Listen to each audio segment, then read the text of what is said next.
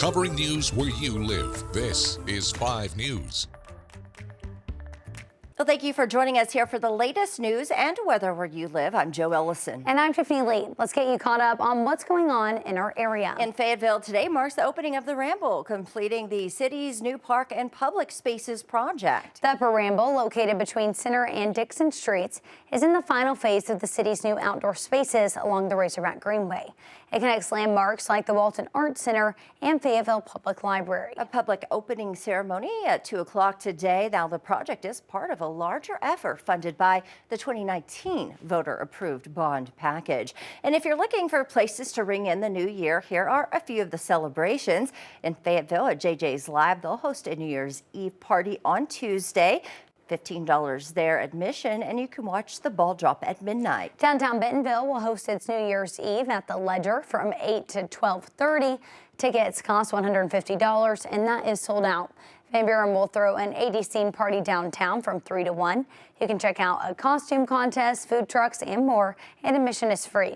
We have a list of other festivities happening on our website, 5newsonline.com. All right, let's check in on the weather. Zach, is it going to get colder out there? I'm wondering if it's going to start feeling like winter. It is. Again, the fall was mild. The start of winter has been mild, but today's the last mild day. And from what I can see, not only does the rest of the week look cool and colder than where we've been, but then the following week looks like it could be even colder. So the next 7 to 14 days certainly looking like it will be feeling like winter. The weather will be matching up with the calendar as we wrap up December and head into January.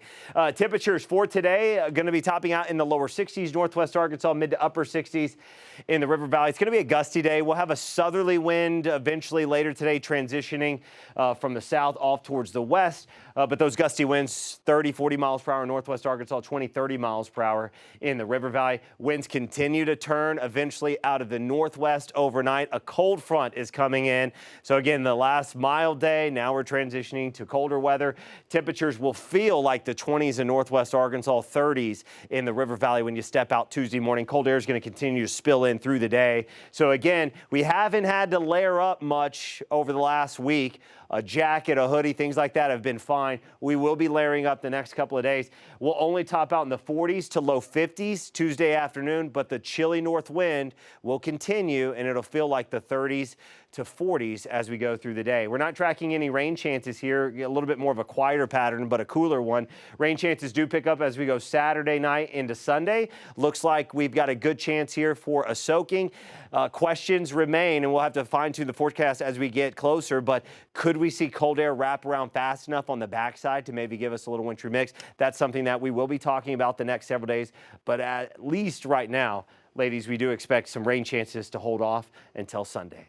All right, thanks for that, Zach. Well, firefighters in Goshen City got a reminder about chimney safety after they were called to a fire over the weekend. The fire department shared these photos from Blue Springs Road just east of Springdale. Now, they believe that this fire, it sparked in the chimney and then spread to insulation. No injuries were reported, and firefighters were able to get the flames under control before it destroyed the home. They say that it's an important reminder to get your chimney cleaned once a year if you plan to burn wood in it. Well, new laws will go into effect for Arkansas at the beginning of the year. And this morning, we're taking a look at the Protect Arkansas Act, which is a law focused on changing the prison and parole system in the state. Now, inmates with harsh felonies won't be eligible for early release. 5 News reporter Rachel Williams has more. Anyone who commits a severe violent crime and is convicted of that crime after 2024 will have to serve 100% of the time on their sentence. Inmates convicted of those crimes will not have a chance of early release for good behavior. The goal of this law is to keep criminals convicted of severe crimes in custody for public safety.